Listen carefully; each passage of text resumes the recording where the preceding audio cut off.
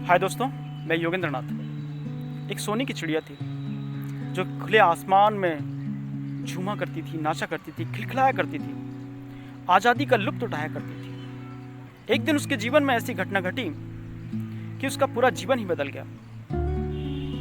इसी तरह वो अपने आसमान में उड़कर थक हार कर एक पेड़ पर बैठी हुई थी। उसकी नज़रें नीचे ज़मीन पर बिखरे हुए दानों पर पड़ी।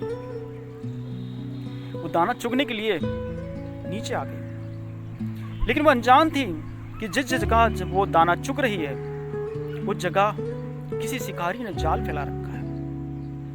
अनजाने में वो उस जाल में फंस चुकी थी।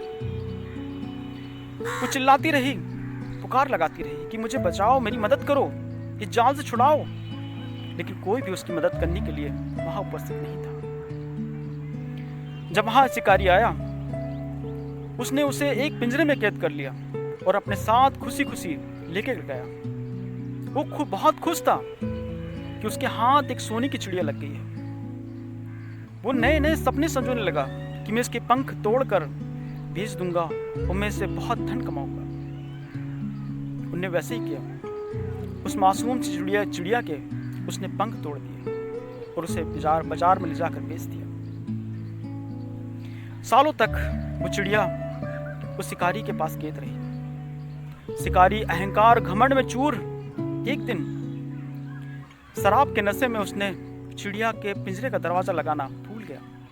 यही मौका पाकर चिड़िया वहां से भाग निकली, किंतु उसकी शिकारी की पालतू बिल्ली उसका पीछा नहीं छोड़ रही थी। उसे बड़े मुश्किल से चकमा देकर वहां से निकली और वो देख रही थी कि मैं आज़ाद हूं।